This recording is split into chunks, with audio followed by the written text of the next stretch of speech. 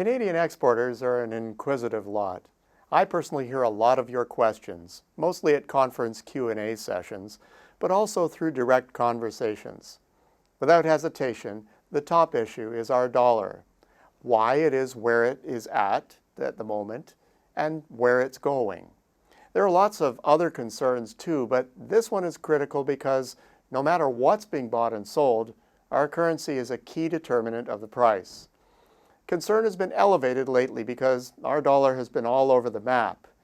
Many have intimated stability is actually more important than the level of the loonie.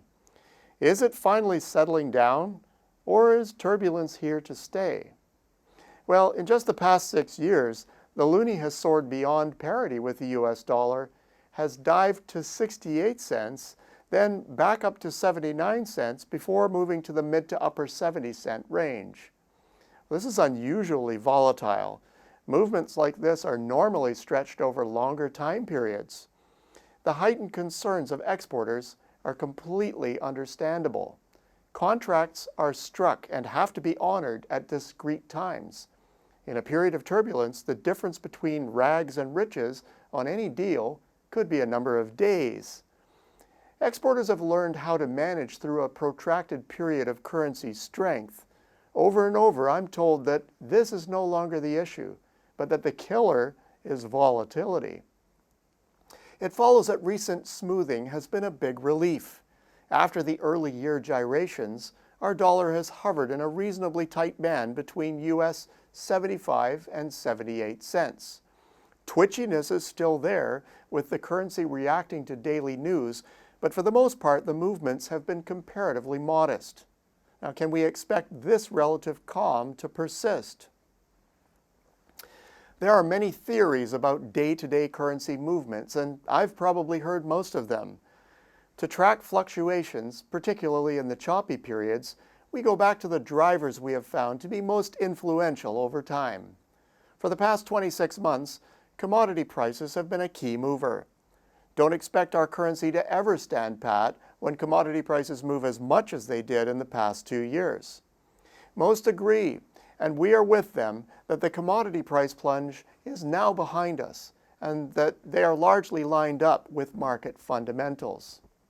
Well, a second powerful influence is the difference in expected interest rates between Canada and the United States.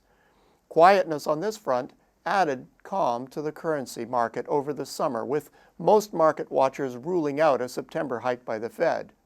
To Canada watchers, the weakness of exports, together with fundamental weakness elsewhere in the economy, pushed back any imminent moves by the Bank of Canada. So, smooth sailing? Not so fast.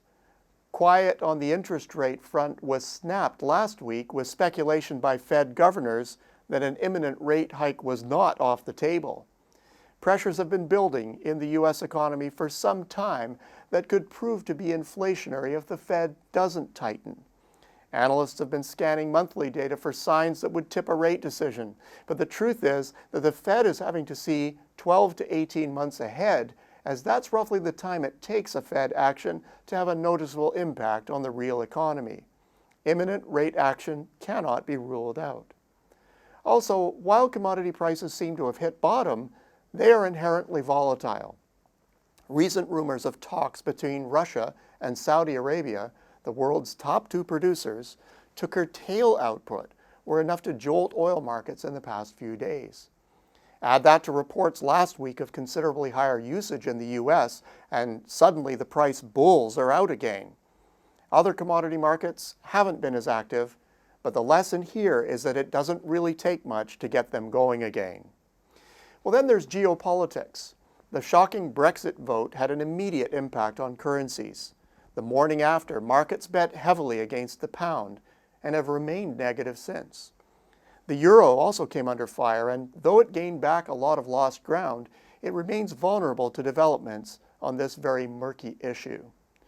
Through this and other developments, the US dollar has maintained its status as a haven for worried investors. The bottom line? Currency markets were calm over the summer months. Don't get used to it. Recent events show that volatility is still with us. Given the upcoming US election, the ongoing Brexit storm, post-recession structural vulnerabilities, and the good chance that there will be one or two near-term surprises, best to be prepared for the Loonie to see more ups and downs. Until next week, I'm Peter Hall.